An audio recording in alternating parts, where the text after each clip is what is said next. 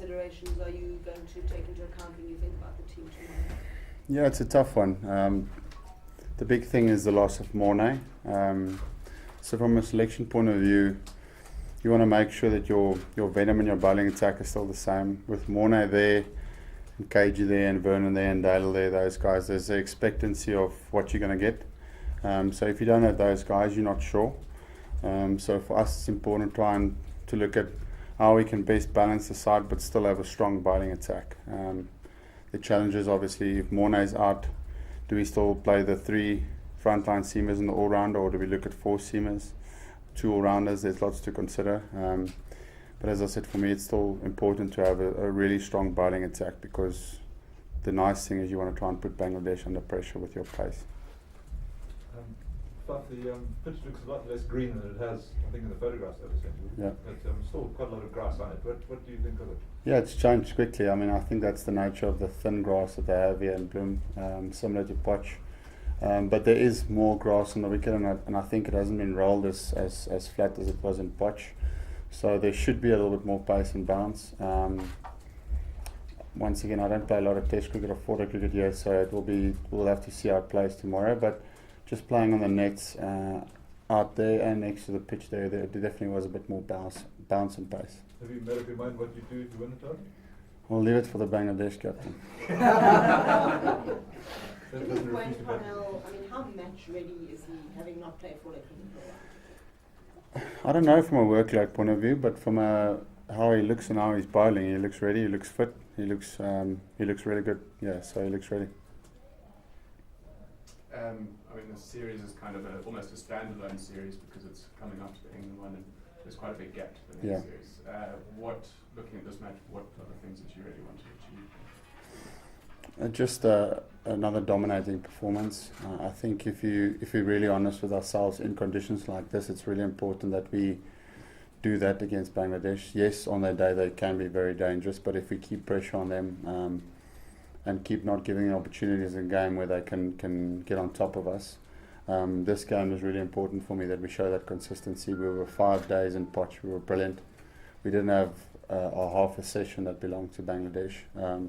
So it's pretty much the perfect game that we played, but it's really important that we back it up in another game here. That consistency is for me the excellence that we're striving for in this team.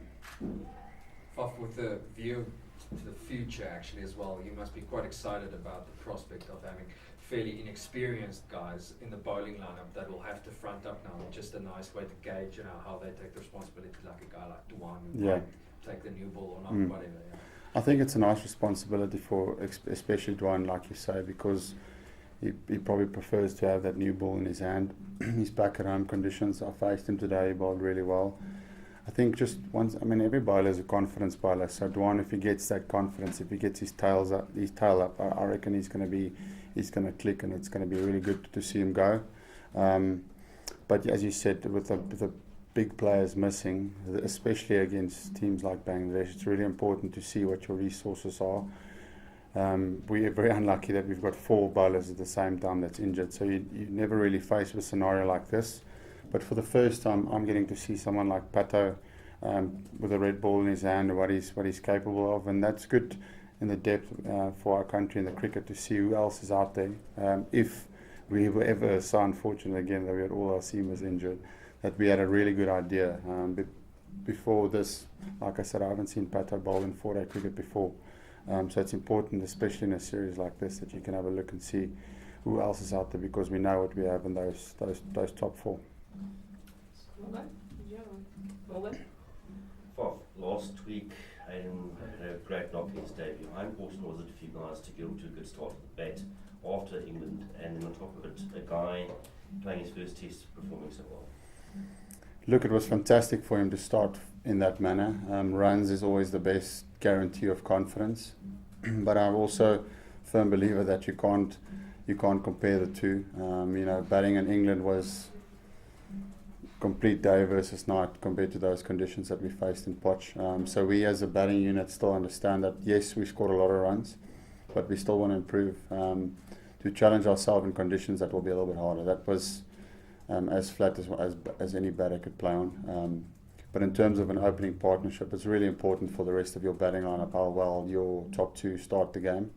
The confidence that Ash comes in and he plays freely and puts pressure on the opposition. The confidence that I come in a situation where we are, 200 for 3 or whatever. It's a completely different scenario than when you're 30 for 3.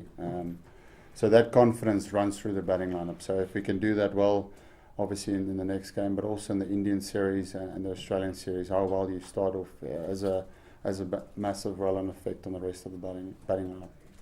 Just to talk about the quick again, quickly, is it just bad luck, all these injuries, or do you stop and think, is there something that a bigger picture is doing wrong? I think age is a factor. Dale, Mornay, Vern, all getting to that stage now when your body obviously has a few more niggles and stuff. So then it becomes more important that you need to work harder. I mean, Mornay is a great example of that. He had a really bad back injury, and the work he did behind the scenes for a year was a great example for the rest of the young guys, and he came back and he was at his best ever. So myself included, as a batsman, I don't rock up to the field anymore just running around. I need about a 40-minute stretch just to get going. So that's just part of getting a little bit older. So our bowlers, they understand that they need to possibly do a little bit more than they used to, because when you've bowled all those overs in your career, it will catch up to you, I think. Yeah. Later this season, can you expect similar green pitches? Oh, definitely. I mean, India's coming here. The last time we were there, I don't think a test match went past 3 days just because of the way the ball spun. So you have to look at the opposition and see where is a gap where you can try and take them on, where you can beat them. India is more of an all-round team now, I suppose, than they've ever been, because they've got good seam bowlers, they've got a long batting attack, which shown that they can score runs in foreign conditions.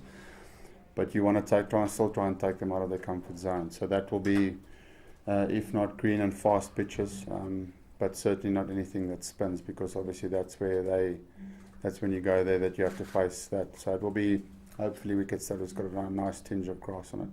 Yes, sir. Tamil people probably going to miss this match. So how much advantage it's going to be for inexperienced bowling lineup? It's a nice thing for us. I mean, he's there, as I said before, the Test series. He's their experienced batsman, their senior pro. In a lineup like that, you look to a batsman to show you how to score runs in these conditions. So he is their best player, according to me. So that will be a big loss for them. So they'll have a little small headache to try and make sure he can fill his shoes, because you can't just put in an all-rounder in his place. You need to put in a top-order batsman. And once again, that plays with the balance of their side, because in the previous game they played 3 seamers and a spinner and a half. So injury to Taman will be a small headache to them as well. Yep. Faf, as you mentioned in the Potchefstroom test, Bangladesh was not even competitive for any half of the session. The scenario has been changed, the wicket has been changed, it is more grassy actually. In the flat wicket, a team is not competitive actually. So do you think it will be much more tougher for Bangladesh in this Bloemfontein wicket?